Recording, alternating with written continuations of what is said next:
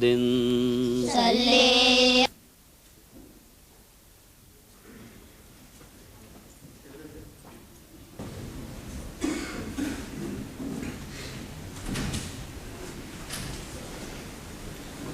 السلام علیکم ورحمۃ اللہ. اذان دے دیں. آج قمر الدین نے اذان دینی ہے. قمر الدین کا کہا تھا آج. قمر الدین کہاں ہے؟ ہاں اس لیے مجبوری ہے. ٹھیک ہے چلیں آپ دیں. اللہ اکبر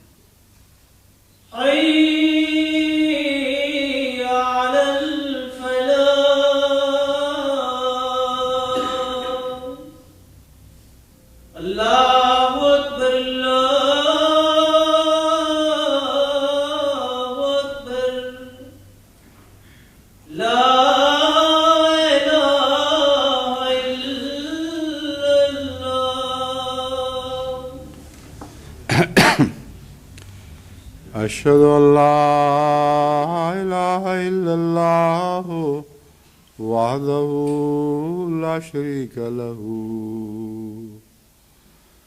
واشهد ان محمدا عبده ورسوله اما بعد فاعوذ بالله من الشيطان الرجيم بسم اللہ الرحمن الرحیم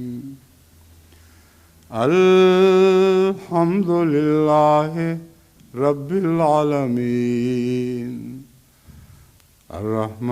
الرحمن الرحیم مالک یوم الدین ایاک نعبد وإياك نستعين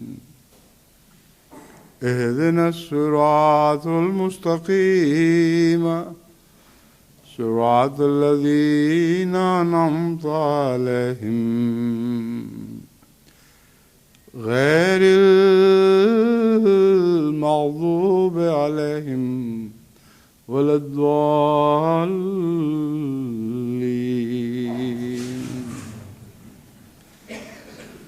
اتل ما اوحي اليك من الكتاب واقم الصلاة ان الصلاة تنهى عن الفحشاء والمنكر ولذكر الله اكبر والله يعلم ما تصنعون. سورہ العنکبوت آیت 46. یہ آیت غالباً میں پہلے بھی نماز کے تسلسل میں پڑھ چکا ہوں اور اس کے بعض مضامین آپ کے سامنے کھول کر پیش کیے تھے. آج بھی نمازی کے تسلسل میں ایک خطبہ ہوگا جس کا بنیادی نقطہ سورہ فاتحہ ہے. سورہ فاتحہ کو خدا تعالیٰ نے 2 حصوں میں تقسیم فرما دیا ہے. پہلا حصہ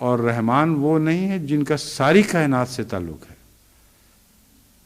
کائنات کا تعلق اس رحمان سے ہے جو اللہ تعالیٰ ہے. بس ان کی رحمانیت کائنات میں ہونے والے واقعات سے منفی طور پر متاثر ہو سکتی ہے. رحمان تو ہیں، ماں بھی رحمان ہوتی ہے.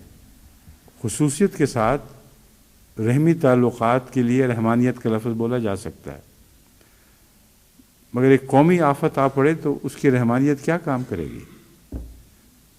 اس کی آنکھوں کے سامنے بچے آگ میں جل جائیں گے، وہ کچھ نہیں کر سکے گی. بعض گھروں کو آگ لگ جاتی ہے، بچے اندر پھنس جاتے ہیں، باہر مائیں چیختی چلاتی رہ جاتی ہیں، لیکن ان کی رحمانیت کا کوئی اثر بھی آگ کو پار کر کے ان کے بچوں کو بچانے کا موجب نہیں بن سکتا. یہ بہت ہی معمولی ایک ادنا سی مثال ہے، مگر رحمانیت پر آپ جتنا غور کریں گے، یعنی اللہ تعالیٰ کی رحمانیت پر، آپ کو دنیا کی رحمانیت کے نظارے بالکل ایک معمولی حقیر سے واقعات دکھائی دیں گے، جن کے اندر ہمیشہ آپ کا ساتھ دینے اور آپ کو سنبھالنے اور کائنات کے اثرات سے آپ کو بچانے اور کائنات کے فوائد سے آپ کو متمتع کرنے کی صلاحیت ہی نہیں ہے. تو جب آپ رب العالمین کے بعد رحمان کا نام سنتے ہیں تو اس سے جو تعلق پیدا ہوتا ہے وہ آپ کی اپنی ضرورت ہے. اس کے لیے جو دل اچھلتا ہے تو ایسا ہے جیسے بچہ دودھ کے لیے بےتاب ہو کر اس کا دل ماں کے لیے اچھلتا ہے، اور ماں کا دل جواباً اس کے لیے اچھلتا ہے. لیکن خدا تعالیٰ کے ساتھ آپ جو تعلق قائم کرنا چاہتے ہیں، اگر آپ رحمانیت پر غور کریں تو یہ ایک ایسا بے اختیار تعلق ہے جس کے بغیر آپ کا گزارا ہو ہی نہیں سکتا. دنیا کے رحمانوں کے ساتھ تو آپ دوڑ دوڑ کے تعلق قائم کریں جو عارضی اور حقیقت میں بے معنی ہیں، لیکن رحمان وہ خدا جس نے کائنات کو پیدا کیا، جس نے قرآن کو پیدا کیا، اس کے لیے دل میں تعلق کی خواہش پیدا نہ ہو تو یہ بے وقوفی ہے، یا انسان بے وقوفی بھی نہیں، پاگل پن ہے. کوئی معقول آدمی یہ سوچ بھی نہیں سکتا کہ وہ رحمانیت کے جلوے دیکھے اور اس کا دل اس کی طرف نہ لپکے. اس کے بعد رحیم ہے. اب رحیم پر غور کر لیں، وہ ذات جو اپنے رحم کو بار بار لے کر آتی ہے، کبھی بھی اس کا رحم ہمیشہ کے لیے پیٹھ نہیں دکھاتا. وہ ہمیشہ بار بار ایک دفعہ زائل ہو جانے کے بعد پھر آتا ہے، پھر آتا ہے، پھر آتا ہے. اور انسان جانتا ہے کہ اس کے لیے ایسے مواقع کا بار بار پیدا ہونا ضروری ہے جن سے وہ استفادہ کر سکے. اگر پہلے کبھی استفادہ نہ بھی کیا ہو تو پھر اگلے سال وہی موسم دوبارہ آ جائیں، وہی رحمانیت کے جلوے دوبارہ نظر آئیں. اور ایک انسان جس نے اپنی عمر پہلے ضائع کر دی ہو، وہ کبھی تو رحمانیت کے بار بار آنے والے جلووں سے فائدہ اٹھا سکے. یہ رحیمیت کا مضمون ہے. اب بتائیں کون ہے جو تعلق جوڑے رحیمیت سے اور سمجھے کہ بڑا میں نے احسان کیا ہے، اور یا تعلق ہی نہ جوڑے. دونوں صورتیں پاگل پن کا نشان ہے. دونوں صورتوں میں نیکی کا کوئی سوال ہی نہیں، احسان کا کوئی سوال نہیں. یعنی تعلق جوڑنے والے کی طرف سے جس کے ساتھ تعلق جوڑا جا رہا ہے اس پر ایک ذرہ بھی احسان نہیں. نہ یہ نیکی ہے کہ آپ اس سے تعلق باندھیں. پھر آپ اس کو کہتے ہیں مالک یوم الدین. ہر کوشش، ہر محنت، ہر چیز کا آخری نتیجہ اس کے قبضہ قدرت میں ہے. اب کون پاگل ہے جو اس سے منہ موڑ لے گا؟ اب تک یہ جو گفتگو میں کر رہا ہوں اس میں ایک گہری منطقی دلیل موجود ہے کہ آپ جب رب العالمین، رحمان، رحیم یا مالک سے تعلق جوڑنے کی خواہش پیدا کرتے ہیں تو اس میں ایک ذرہ بھی اس پر احسان نہیں، تمام تر احسان آپ پر ہے۔ اب یہ جو 4 صفات ہیں ان کا بندوں سے تعلق کیسے جوڑا جاتا ہے؟ نماز میں اچانک بے اختیار آپ کہہ اٹھتے ہیں ایاک نعبد، اے وہ ذات جو رب ہے، جو رحمان ہے، جو رحیم ہے، جو مالک ہے، تیری ہی ہم عبادت کرتے ہیں۔ اب بتائیں وہ پاگل جو کہتے ہیں کہ عبادت کیوں کرتے ہو، کیا ضرورت ہے خدا کو تمہاری عبادت کروانے کی؟ کیا ان کا جواب ان باتوں میں نہیں ہے؟ کیا آپ کے عبادت کرنے کے نتیجے میں ایک ذرہ بھی احسان ہوگا رب رحمان رحیم اور مالک یوم دین پر؟ عبادت تو ان صفات کا ایک لازمی نتیجہ ہے جو آپ کو فائدہ پہنچانے کے لیے، آپ پر احسان کرنے کے لیے پیدا ہو سکتا ہے اگر آپ اس کی عبادت کریں۔ بس سب سے پہلے تو وہ سارے دہریہ یا دوسرے مذاہب کے لوگ جو یہ سوال اٹھاتے رہتے ہیں کہ ہم عبادت کیوں کریں، اللہ کو کیا ضرورت ہے ہماری چاپلوسی کی، اس کے سامنے کیوں سر جھکائیں، یہ اللہ کی انانیت ہے جس کے نتیجے میں وہ چاہتا ہے کہ ہم اس کی عبادت کریں، ان سب کا جواب اس میں آ گیا ہے۔ دنیا میں تو تم چھوٹے چھوٹے معبودوں کی عبادت کرتے پھرتے ہو، تمہارا تو شیوا ہی عبادت ہے۔ انسان تو عبادت کے بغیر رہ ہی نہیں سکتا، یا وہ جھوٹے معبودوں کی جھوٹی عبادت کرے گا، یا اس کے لیے یہ امکان ہے کہ ایک سچے معبود کی سچی عبادت کرے۔ کوئی ایک انسان آپ دنیا میں دکھائیں جس کو جو عبادت پر مجبور نہ ہو۔ عبادت کا ایک معنی ہے غلامی، کسی اعلیٰ ہستی سے نیچے ہونا اور اس کے سامنے سر جھکانا تاکہ اس سر جھکانے سے اس کو کوئی فائدہ مل جائے۔ ساری دنیا میں تلاش کریں، ایک بھی آپ کو ایسا انسان نہیں ملے گا جو عبادت نہ کرتا ہو،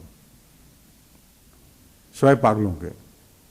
پاگل بیچارے مجبور ہیں، ان کو پتہ ہی نہیں کہ عبادت ہوتی کیا ہے، نقصان اٹھاتے پھرتے ہیں پھر بھی عبادت نہیں کرتے۔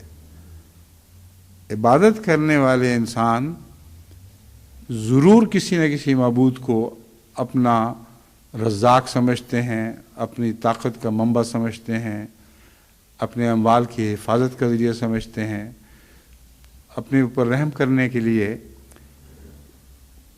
ان کا وجود ضروری سمجھتے ہیں، کیونکہ بارہا انسان رحم کا محتاج ہوتا ہے۔ اور پھر مالک یوم دین سمجھنا تو بہت بڑی بات ہے۔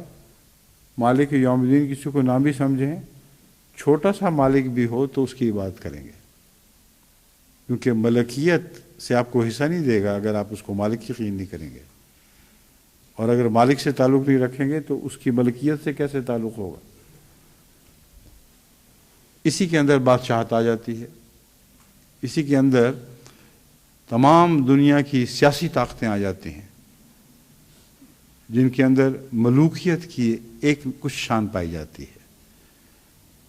وہ حکومتوں کی طرف سے ان ملکوں کے مالک بنائے جاتے ہیں جو خود انہوں نے پیدا نہیں کیے، وہ پہلے سے ہی وجود میں آ چکے ہیں، ایک نظام جاری ہو چکا ہے، لیکن عارضی سی ملکیت ان کو ان حکموں پر، ان ملکوں پر نصیب ہوتی ہے اور وہ مالک بن بیٹھتے ہیں۔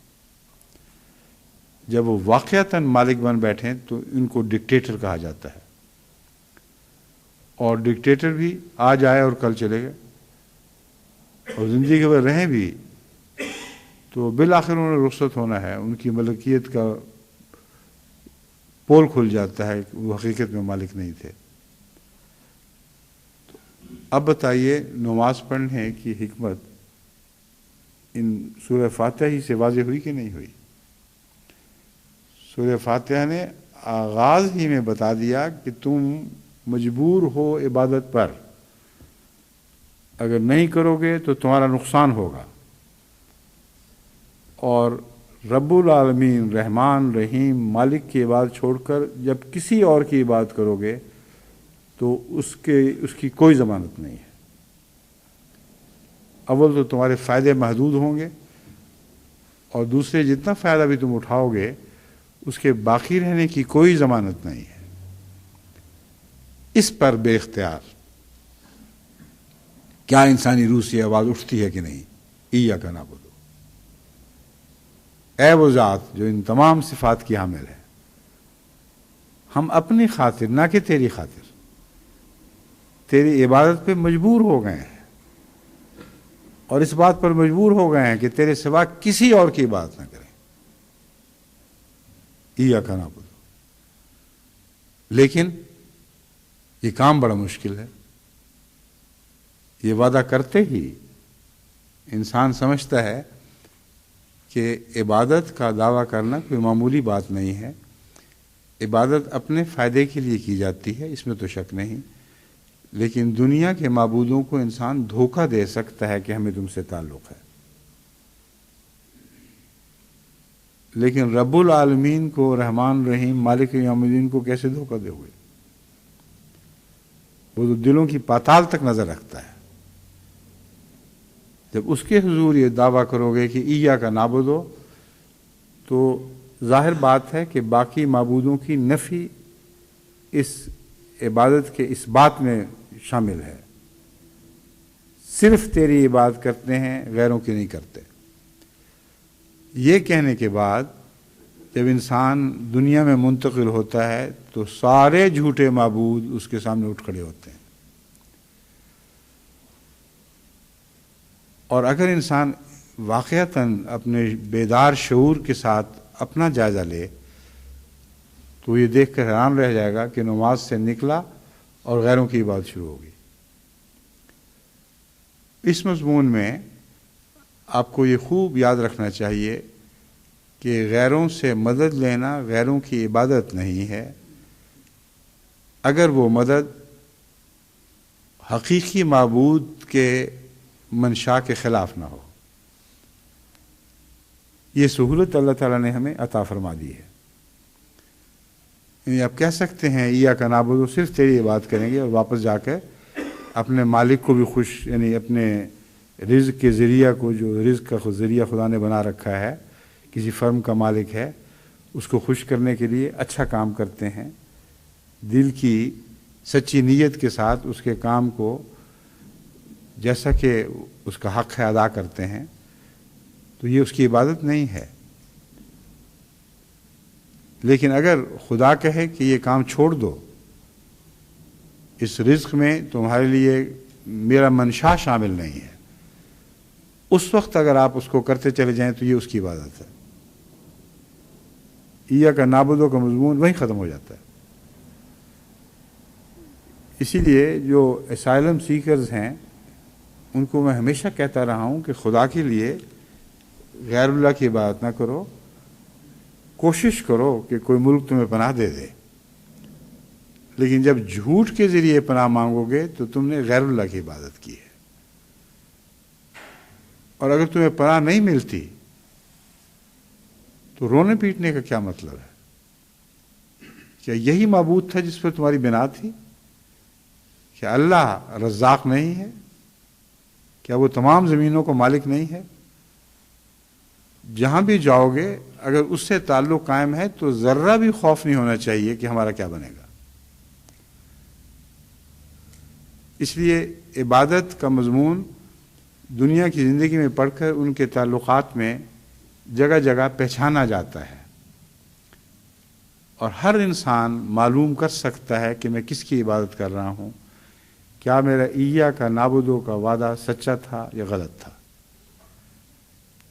چونکہ یہ بہت مشکل مضمون ہے، ایک دفعہ میں نے تفصیل سے اس کے بعض مواقع آپ کے سامنے رکھے تھے، جن مواقع میں سے گزرتے ہوئے اگر آپ آنکھیں کھولے ہوئے ہوں تو آپ کو اپنی عبادت کی حقیقت معلوم ہو سکتی تھی. لیکن میں اسی مضمون کو دوبارہ دہرانا نہیں چاہتا.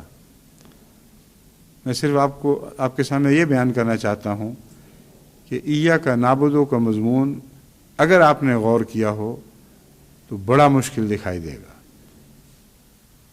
اور مان دل سے آواز اٹھے گی ایاک نستعین،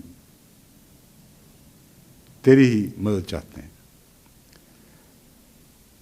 اب دیکھیں کتنا عجیب مضمون ہے. ایک طرف تو رب رحمان اور رحیم مالک کے صفات آپ کو مجبور کر رہی ہیں کہ اپنے فائدے کی طرف اس کی طرف دوڑیں، اور دوسری طرف آپ اپنے فائدے کے لیے دوسروں کی طرف بھی دوڑے پھرتے ہیں اور اس کی رضا کے تقاضوں کو چھوڑ دیتے ہیں۔ یہ کیوں ہوتا ہے؟ اس لیے کہ وقتی ضرورت ہمیشہ دور کے فائدے پر غالب آ جایا کرتی ہے، جو نزدیک کا فائدہ ہے وہ دور کے فائدے پر غالب آ جایا کرتا ہے، اور آپ کو خدا کا فائدہ دور کا فائدہ دکھائی دیتا ہے۔ آپ سمجھتے ہیں کہ وقتی طور پر تو یہ مسئلہ حل ہونے دو، جب ہمیں پناہ مل جائے گی پھر نیکی کر لیں گے، اللہ میاں کو خوش کر لیں گے۔ یہ نزدیک کا فائدہ دور کے دائمی فائدے کو نظروں سے اوجھل کر دیا کرتا ہے۔ اس کا علاج یہ ہے کہ دور کو اپنے نزدیک کریں۔ ایاک نستعین کا مضمون سر دست میں چھوڑتا ہوں۔ میں آپ کو یہ بتانا چاہتا ہوں کہ دور کا فائدہ اگر نزدیک ہو جائے تو وہ فائدہ جس نے عارضی طور پر دور کے فائدے کو نظر انداز کرنے پر آپ کو مجبور کر دیا تھا، وہ آپ پر کوئی بھی منفی اثر نہیں ڈال سکتا۔ یہی وجہ ہے کہ اللہ تعالیٰ بہت دور ہے، اتنا دور کہ آپ اس کا تصور بھی نہیں کر سکتے، اور بہت قریب ہے، اتنا قریب کہ آپ کی شاہرگ سے بھی آپ سے زیادہ قریب ہے۔ اگر وہ شاہرگ میں آ کے بیٹھ رہے اور آپ جانتے ہو کہ وہ وہاں بیٹھا ہوا ہے، تو پھر کوئی نزدیک کا فائدہ اس سے تعلق کی راہ میں حائل نہیں ہو سکتا، ناممکن ہے۔ ایک ظاہری عقلی تقاضا ہو ہی نہیں سکتا کہ اس کے برعکس کچھ ہو۔ بس خدا تعالیٰ کی صفات پر غور کرنا اور ذکر الہی پر زور دینا، یہ اس بظاہر دور کے خدا کو آپ کے قریب تر کرتا چلا جاتا ہے۔ یہی وجہ ہے کہ ساری زندگی ہر نماز میں، خواہ وہ فرض ہو یا نفل ہو یا جو بھی حیثیت رکھتی ہو، الحمدللہ سے گزرے بغیر آپ کی نماز نہیں ہو سکتی۔ اور انسان سمجھتا ہے کہ ایک ہی چیز کو بار بار دہراؤں، حالانکہ نہیں جانتا کہ بار بار دہرانے کے باوجود بھی وہ نہیں سمجھ سکا۔ ساری عمر رب العالمین رحمان رحیم مالک یوم الدین کا ورد کرتا رہا، لیکن ایک کوڑی بھی اس کے دل پر اثر نہ پڑا، اور نہ وہ اس رب اور رحمان کو اپنے قریب کر سکا۔ پس نماز وہ ہے جو صفات الہی پر غور کے نتیجے میں صفات الہی کو انسان کے اتنا قریب دکھانے لگتی ہے کہ نماز کی برکت سے آپ خدا تعالیٰ کی طرف حرکت کرنے لگتے ہیں۔ یوں کہا جا سکتا ہے کہ نماز کے ذریعے اللہ آپ کے قریب آنا شروع ہو جاتا ہے،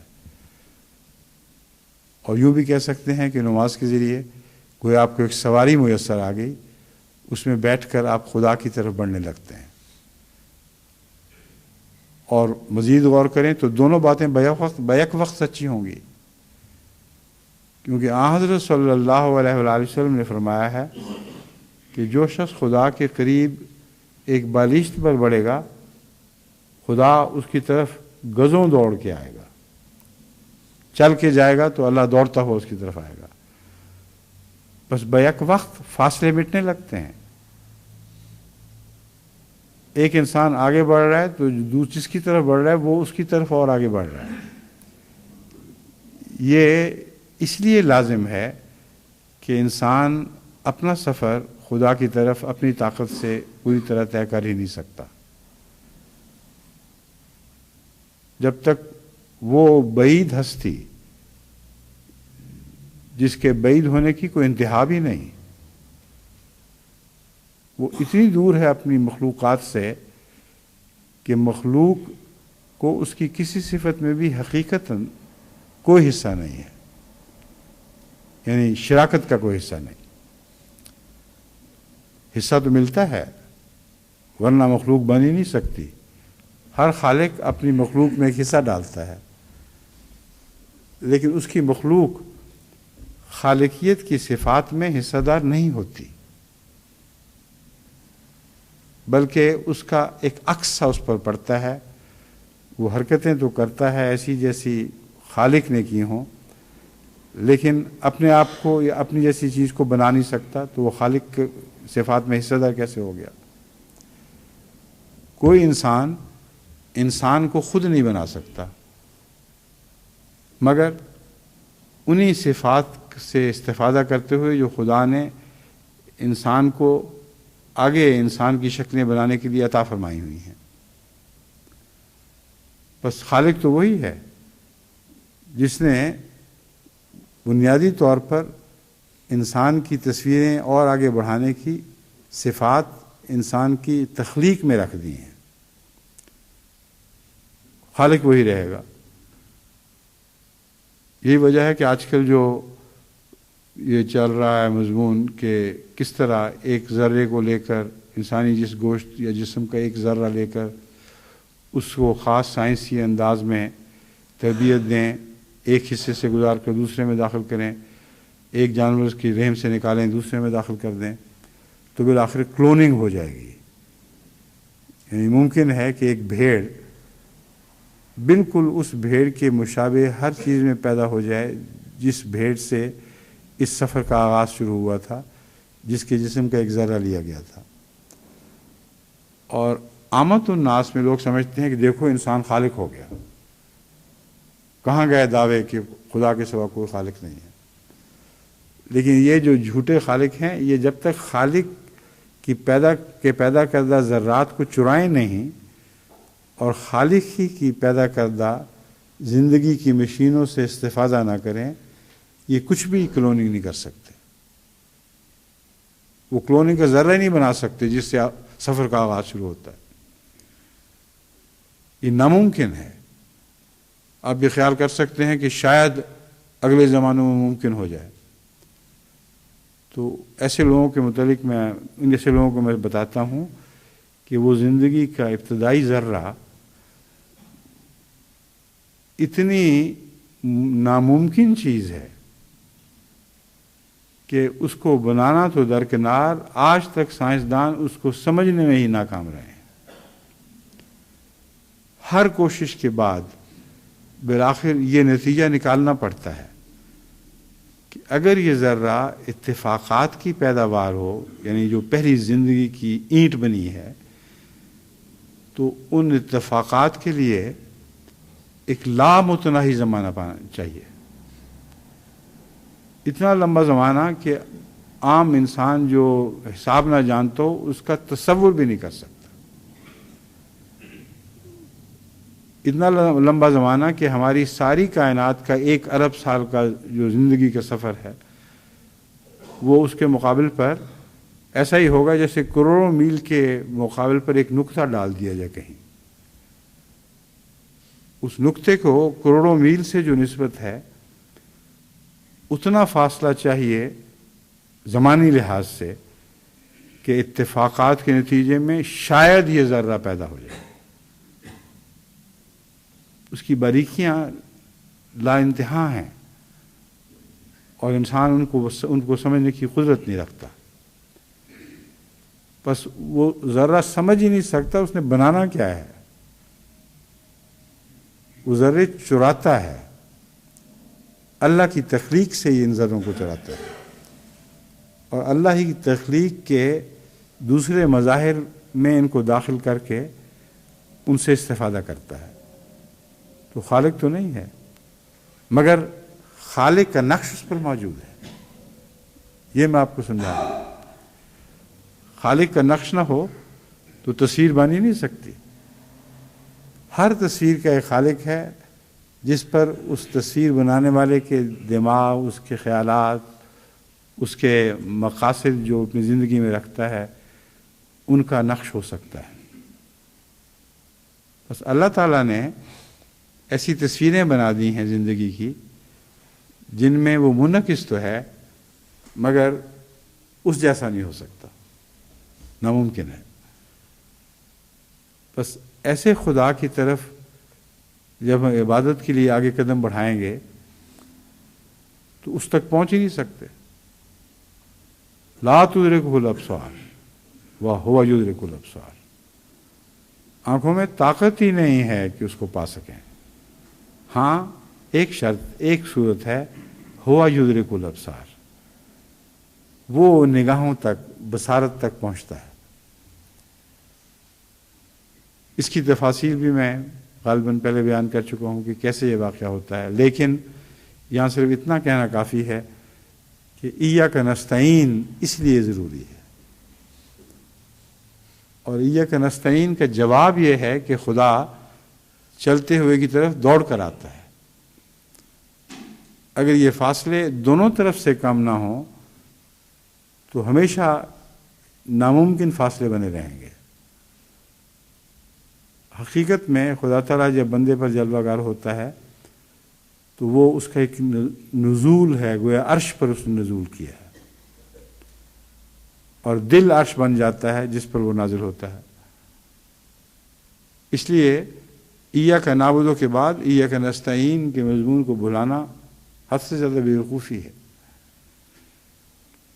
بس جب آپ عبادت کے لیے کھڑے ہوتے ہیں تو وہ ساری باتیں عبادت کی جو میں آپ کو سمجھاتا رہا ہوں کہ غیر اللہ کی طرف نہ جائیں، شرک کو چھوڑ دیں، جھوٹ ختم کر دیں، ہر قسم کی برائیوں سے نماز روکتی ہے، یہ روکے گی تب جب اس میں طاقت آئے گی روکنے کی، اور جب تک آپ عبادت کا حق ادا کرنا کریں آپ میں یہ طاقت آ ہی نہیں سکتی۔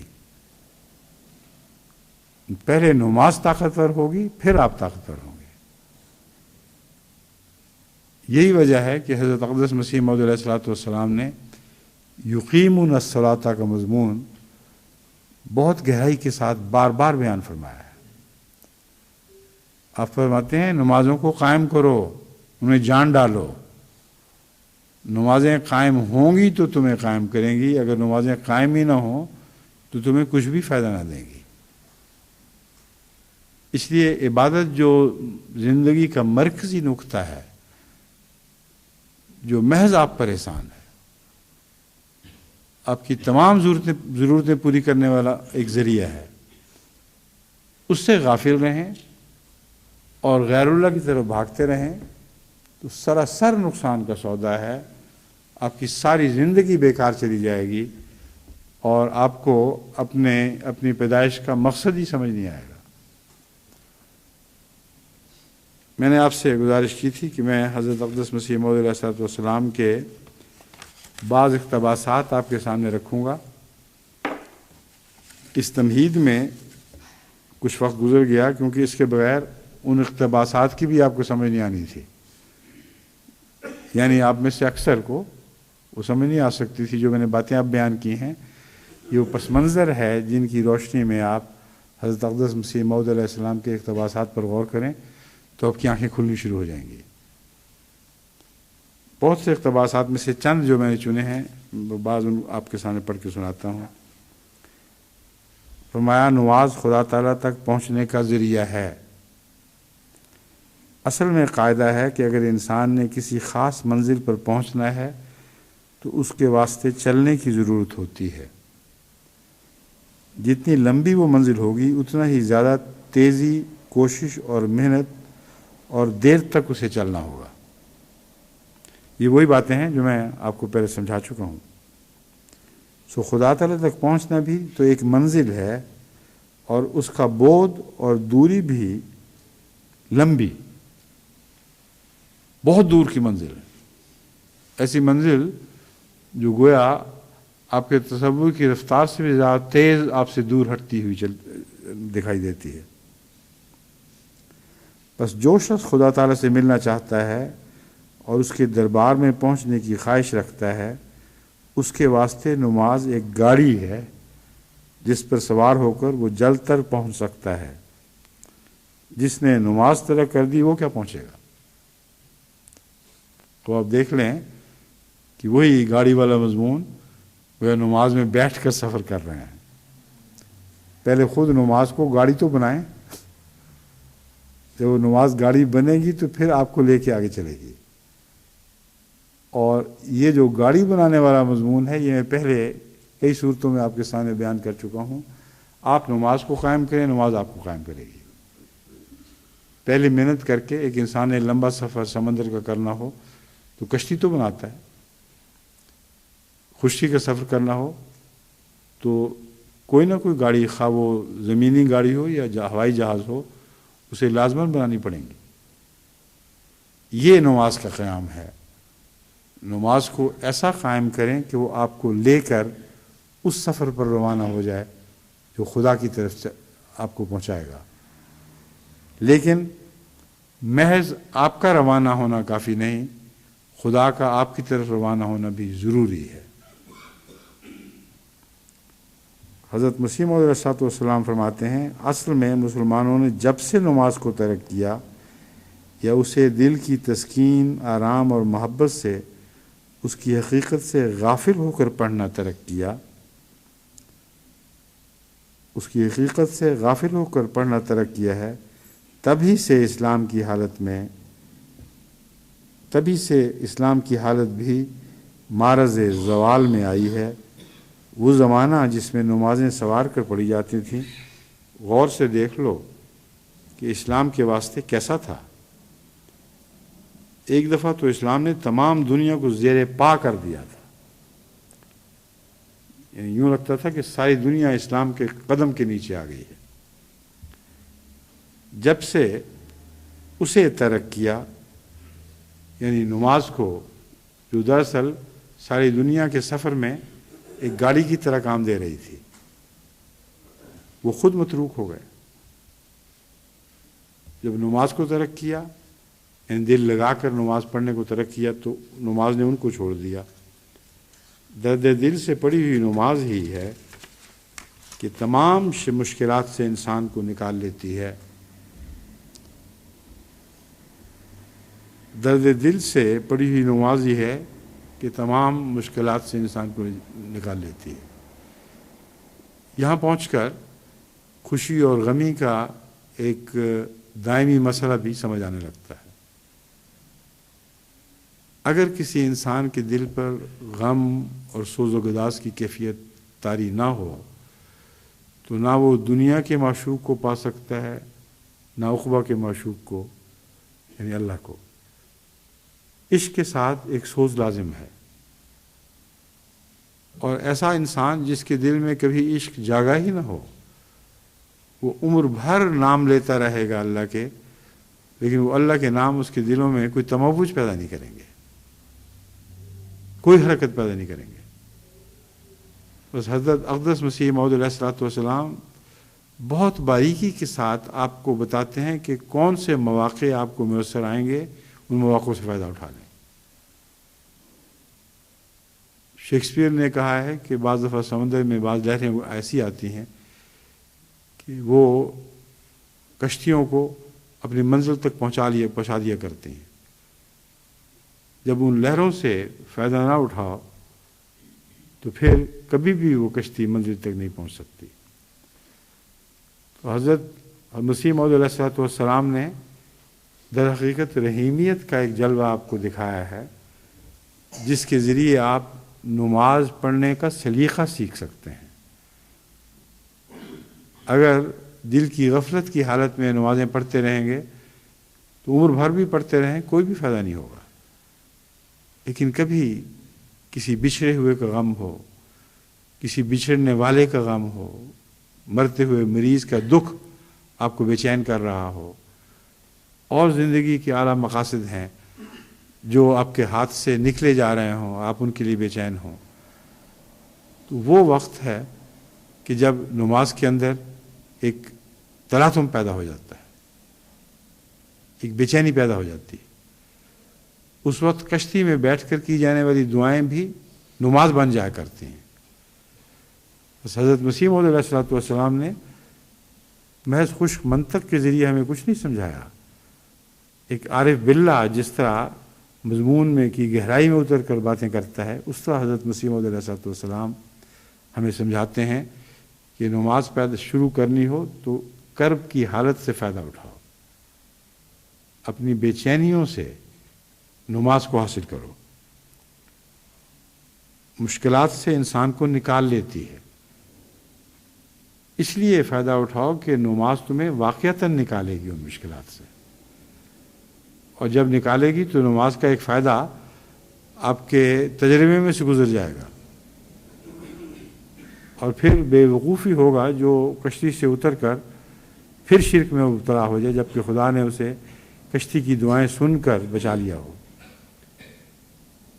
تو نماز گویا ایک کشتی کی طرح بن جاتی ہے جو سخت کرب اور بے چینی کی حالت سے اٹھنے والی گریہ و زاری کے نتیجے میں آپ کو طوفانوں اور ہلاکت سے بچا لیتی ہے۔ لیکن پھر اس ذات کو نہ بھولیں، خواہ خشکی پر چلیں، جس ذات نے آپ کو سمندر کی گہرائیوں سے نجات بخشی تھی۔ یہ وہ تصور ہے، یہ شکر ہے نماز کا، جو آپ کو پھر نماز سے وابستہ کر دے گا، اور آئندہ آپ کے لیے نمازیں پڑھنی آسان بھی ہو جائے گا اور دلچسپ بھی ہو جائے گا۔ حضرت مسیح علیہ السلام فرماتے ہیں، ہمارا بارہا کا تجربہ ہے کہ اکثر کسی مشکل کے وقت دعا کی جاتی ہے، ابھی نماز میں ہی ہوتے ہیں کہ خدا نے اس امر کو حل اور آسان کر دیا ہوتا ہے۔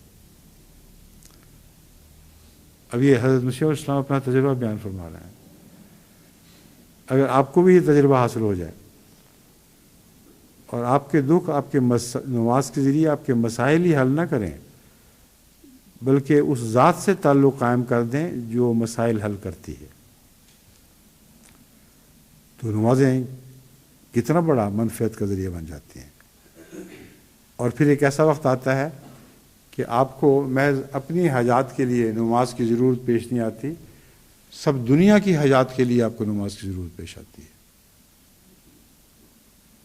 حضرت صلی اللہ علیہ وآلہ وسلم کی نمازیں جو اتنا طول پکڑ لیا کرتی تھیں، ہرگز اس لیے نہیں کہ آپ کو اپنی نفسی ضرورتوں کے لیے خدا تعالیٰ کی طرف جھکنا پڑتا تھا، جھکتے رہے، اس ذات کو پا بھی لیا، مگر تمام کائنات کی ضرورتوں کے لیے جو آپ کے زمانے میں پیش آ سکتی تھیں یا قیامت تک پیش آتی رہیں گی، ان سب کے لیے آپ نمازوں میں خدا کی طرف جھکتے رہے۔ اس کا یہ نمونہ ہے جو حضرت مسیح علیہ السلام بیان فرما رہے ہیں۔ کسی مشکل کے وقت دعا کی جاتی ہے، ابھی نماز میں ہی ہوتے ہیں کہ خدا نے اس امر کو حل اور آسان کر دیا ہوتا ہے۔ اور یہ تجربہ ہر مخلص احمدی کو بارہا ہوا ہوگا۔ یہ میں مان ہی نہیں سکتا کہ سچا احمدی ہو یا کم سے کم کسی حد تک مخلص ہو اور خدا نے اس کو اپنے قرب کے نشان نہ دکھائے ہوں۔ ہر کس و ناقص کو اللہ تعالیٰ اپنے قرب کے نشان دکھاتا ہے تاکہ کچھ چکھے اور اس کی لذت پا کر پھر کچھ آگے بڑھنا شروع کرے اور اس راہ سلوک کے سفر اس کے لیے آسان ہو جائیں۔ حضرت مسیح علیہ السلام فرماتے ہیں، نماز میں کیا ہوتا ہے، میں نے گرم پانی ایک تھوڑا سا، نماز میں کیا ہوتا ہے یہی کہ عرض کرتا ہے، التجا کے ہاتھ بڑھاتا ہے۔ جب انسان التجا کا ہاتھ بڑھاتا ہے تو مراد یہ ہے کہ جیسے ڈوبتا ہوا اپنا ہاتھ باہر نکال دیتا ہے تاکہ کوئی تو دیکھے، کوئی تو اس کا دکھ کا مداوع کرے۔ فرماتے ہیں التجا کے ہاتھ بڑھا دیتا ہے، اور دوسرا اس کی غرض کو اچھی طرح سنتا ہے۔ پھر ایک ایسا وقت بھی ہوتا ہے کہ جو سنتا تھا وہ بولتا ہے اور گزارش کرنے والے کو جواب دیتا ہے۔ یہ نماز کی بے قراریوں کا آخری نتیجہ ہے۔ یعنی اللہ تعالیٰ جو ایک دور کی ہستی تھی، ایک غائب ہستی تھی، وہ نماز کے ذریعے آپ کے قریب آنے لگتی ہے، اتنا قریب آ جاتی ہے کہ پھر آپ اس کی آوازیں سننے لگتے ہیں۔ وہ سمیع ہے، علیم ہے، سنتا ہے اور جانتا ہے کہ آپ مشکل میں ہیں، اور ان مشکلوں کو دور کر بھی دیتا ہے، جیسا کہ پہلے بیان گزر چکا ہے۔ لیکن مشکلیں دور کرنا مقصد نہیں ہے، صرف مشکلیں دور کرنا ایک ذریعہ ہے اس کی پہچان کا، اور نماز وہ ذریعہ بنتی ہے۔ فرماتے ہیں اس کی غرض کو اچھی طرح سنتا ہے، اور پھر ایک ایسا وقت بھی ہوتا ہے کہ جو سنتا تھا وہ بولتا ہے اور گزارش کرنے والے کو جواب دیتا ہے۔ نمازی کا یہی حال ہے، خدا کے آگے سر بسجود رہتا ہے اور خدا تعالیٰ کو اپنے مصائب اور حوائج سناتا ہے۔ پھر آخر سچی اور حقیقی نماز کا یہ نتیجہ ہوتا ہے کہ ایک وقت جلد آ جاتا ہے کہ خدا تعالیٰ اس کے جواب کے واسطے بولتا اور اس کو جواب دے کر تسلی دیتا ہے۔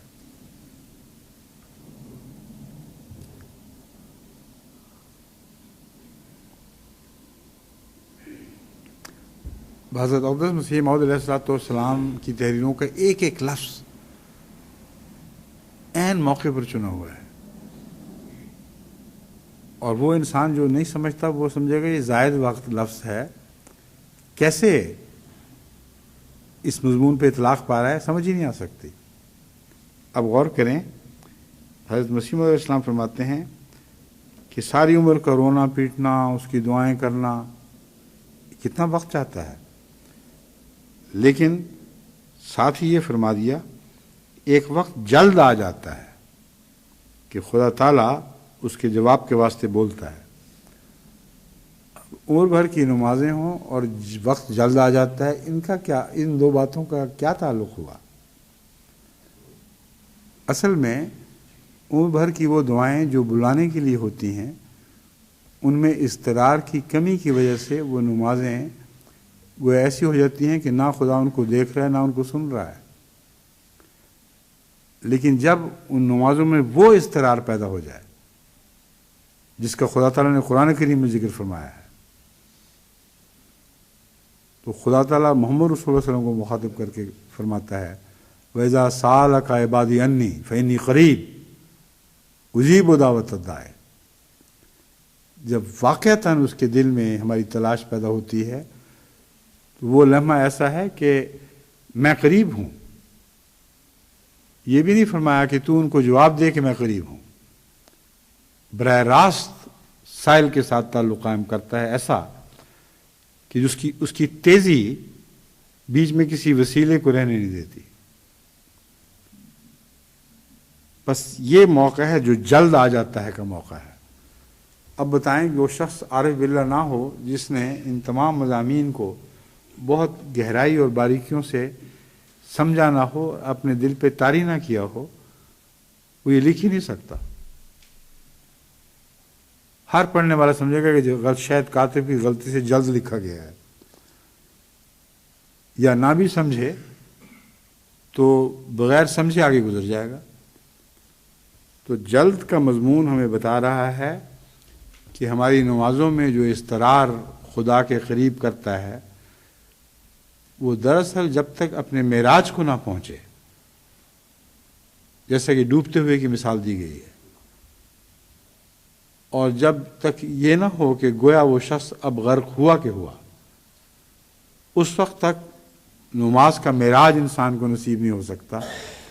اس وقت تک خدا تعالیٰ تیزی کے ساتھ اس طرح آپ کی طرف نہیں بڑھتا جیسے اب اگر اس نے نہ آپ کو سنبھالا تو آپ گئے۔ یہ وہ روحانی وجود کی ہمیشہ کی زندگی کا راز ہے جو حضرت مسیح موعود علیہ السلام کے ان الفاظ میں ہمیں سنایا گیا ہے۔ فرماتے ہیں ایک وقت جلد آ جاتا ہے کہ خدا تعالیٰ اس کے جواب کے واسطے بولتا اور اس کو جواب دے کر تسلی دیتا ہے۔ بھلا یہ بجوز حقیقی نماز کے ممکن ہے؟ حقیقی نماز کے بغیر کیا ایسا ہونا ممکن ہے؟ ہرگز نہیں۔ اور پھر جن کا خدا ہی ایسا نہیں وہ بھی گئے گزرے ہیں، ان کا کیا دین اور کیا ایمان، وہ کس امید پر اپنے اوقات ضائع کرتے ہیں۔ یہ اسلام کا خدا ہے، یہ اسلام کی نمازیں ہیں، یہ اسلام کی نمازوں کے دائمی پیغامات ہیں جو اگر کسی انسان کے ذہن پر اپنی جگہ بنائیں، اس کا ذہن شعوری طور پر ان پیغامات کو قبول کرے اور خود اپنے سطح پر ان کے لیے جگہ بنائے اور نقش کا وہ حسن پیدا ہو جو ایک اعلیٰ درجے کا نقاش پیدا کرتا ہے، تو پھر وہ ذہن اس حسن کو کبھی بھی نہیں چھوڑے گا، وہ نقوش دائمی اس کا حصہ بن جائیں گے۔ پھر نماز سے آپ کی علیحدگی ممکن ہی نہیں رہتی۔ حضرت مسیح موعود علیہ السلام کے چند اور اقتباسات ہیں جو میں پھر انشاءاللہ آئندہ آپ کے سامنے پیش کروں گا، لیکن اس وقت ایک اور پیش کرنے کا کچھ وقت ہے۔ کسی نے سوال کیا بہترین وظیفہ کیا ہے؟ جواب، نماز سے بڑھ کر اور کوئی وظیفہ نہیں ہے، کیونکہ اس میں حمد الہی ہے، استغفار ہے اور درود شریف، تمام وظائف اور اورات کا مجموعہ یہی نماز ہے۔ اورات کا لفظ غالباً عام اردو دانوں کے لیے سمجھنا مشکل ہوگا۔ ورد کرنا جو کہتے ہیں نا، ذکر کا ورد کرنا، اس کی جمع اوراد ہے۔ تو حضرت مسیح علیہ السلام فرماتے ہیں تمام اوراد کا مجموعہ یہی نماز ہے، اور اس سے ہر قسم کے غم و ہم دور ہوتے ہیں اور مشکلات حل ہوتی ہیں۔ حضرت صلی اللہ علیہ وآلہ وسلم کو اگر ذرا بھی غم پہنچتا تو آپ نماز کے لیے کھڑے ہو جاتے، اور اسی لیے فرمایا ہے الا بذکر اللہ تطمئن القلوب، سنو، خبردار، یہ ذکر الہی ہے جس کی وجہ سے دل اطمینان پاتے ہیں۔ مگر مثال اس ذکر کرنے والی کی دی ہے جس کا دل واقعتاً اطمینان پاتا تھا۔ لیکن اگر آپ ان وجوہات کو نہ سمجھیں، اس دل کی کیفیات پر غور نہ کریں جو نماز کے لیے کھڑا ہوتا اور اطمینان پا جاتا تھا، تو آپ اس حقیقت کو سمجھ نہیں سکتے۔ حضرت مسیح علیہ السلام کا یہ پیغام آپ کے کانوں کے سر کے اوپر سے گزر جائے گا، آپ کو سمجھ ہی نہیں آئے گی کہ کیسے ذکر سے دل مطمئن ہوتا ہے۔ اطمینان اور سکینت قلب کے لیے نماز سے بڑھ کر اور کوئی ذریعہ نہیں۔ لوگوں نے قسم قسم کے ورد اور وظیفے اپنی طرف سے بنا کر لوگوں کو گمراہی میں ڈال رکھا ہے۔ یہ ہمارے واقعہ ہے کہ جتنے بھی صوفی اور مولانا لوگ وظیفے بنا بنا کر لوگوں کو سمجھاتے ہیں، یہ سب گمراہی کی باتیں ہیں۔ نماز سے بڑھ کر کوئی وظیفہ نہیں ہے۔ سیدھا سادہ جواب، ہر مشکل گئی ہے، نماز پڑھو۔ قرآن کریم آغاز سے آخر تک نماز کے ذکر سے بھرا پڑا ہے، اور جہاں لفظ نماز نہیں بھی آتا وہاں بھی غور کرو تو نماز کا مضمون بیان ہو رہا ہے۔ لیکن حضرت مسیح علیہ السلام، اسی سلسلے میں حضرت مسیح علیہ السلام فرماتے ہیں اور ایک نئی شریعت حضرت صلی اللہ علیہ وسلم کی شریعت کے مقابلہ میں بنا دی ہوئی ہے۔ جتنا پیر فقیر وظیفے دم درود آپ کو سکھاتے ہیں، فلاں چیز لکھ لو، فلاں وظیفہ بار بار پڑھو اور تمہاری مشکل حل ہو جائے گی، فرمایا یہ مشرک لوگ ہیں۔ انہوں نے گویا حضرت صلی اللہ علیہ وآلہ وسلم پر نازل ہونے والی شریعت کے مقابل پر ایک شریعت بنا رکھی ہے۔ فرماتے ہیں مجھ پر تو الزام لگایا جاتا ہے کہ میں نے نبوت کا دعویٰ کیا ہے، مگر میں دیکھتا ہوں اور حیرت سے دیکھتا ہوں کہ انہوں نے خود شریعت بنائی ہے اور نبی بنے ہوئے ہیں۔ اب کیا دونوں ایک ہو گئے؟ فرمایا مجھ پر تو الزام ہے کہ میں نے نبوت کا دعویٰ کر رکھا ہے اور آپ خود شریعت بنائی ہوئی ہے۔ اس کے اندر ہی جواب مضمر ہے۔ حضرت مسیح موعود علیہ السلام جو باتیں بیان کر رہے ہیں وہ تو ساری شریعت محمدی کی باتیں ہیں، ایک بات بھی اپنی طرف سے ظاہر نہیں کر رہا ہے۔ تو وہ نبی جو کلیتاً محمد رسول اللہ صلی اللہ علیہ وسلم کا غلام ہو اور آپ ہی کی شریعت کی باتیں کرے، اس پر اعتراض کرتے ہیں، اور خود عملاً وہ نبی بن بیٹھے ہیں جنہوں نے نئی شریعتیں ایجاد کر دی ہیں۔ یہ وہ مضمون ہے جو حضرت مسیح اسلام یہاں بیان فرماتے ہیں، اور نبی بنے ہوئے ہیں اور دنیا کو گمراہ کر رہے ہیں۔ ان وظائف اور اوراد میں دنیا کو ایسا ڈالا ہے کہ وہ خدا تعالیٰ کی شریعت اور احکام کو بھی چھوڑ بیٹھے ہیں۔ اب چونکہ وقت ہو گیا ہے، باقی انشاءاللہ پھر آئندہ اسی مضمون پہ کچھ اور کہیں گے۔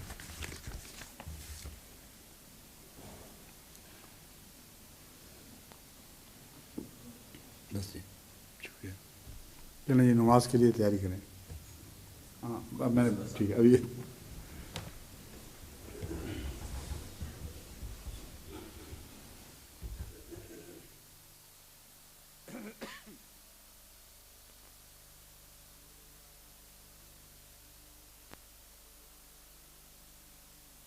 ونتوکل علیہ ونعوذ باللہ من شرور انفسنا ومن سیئات اعمالنا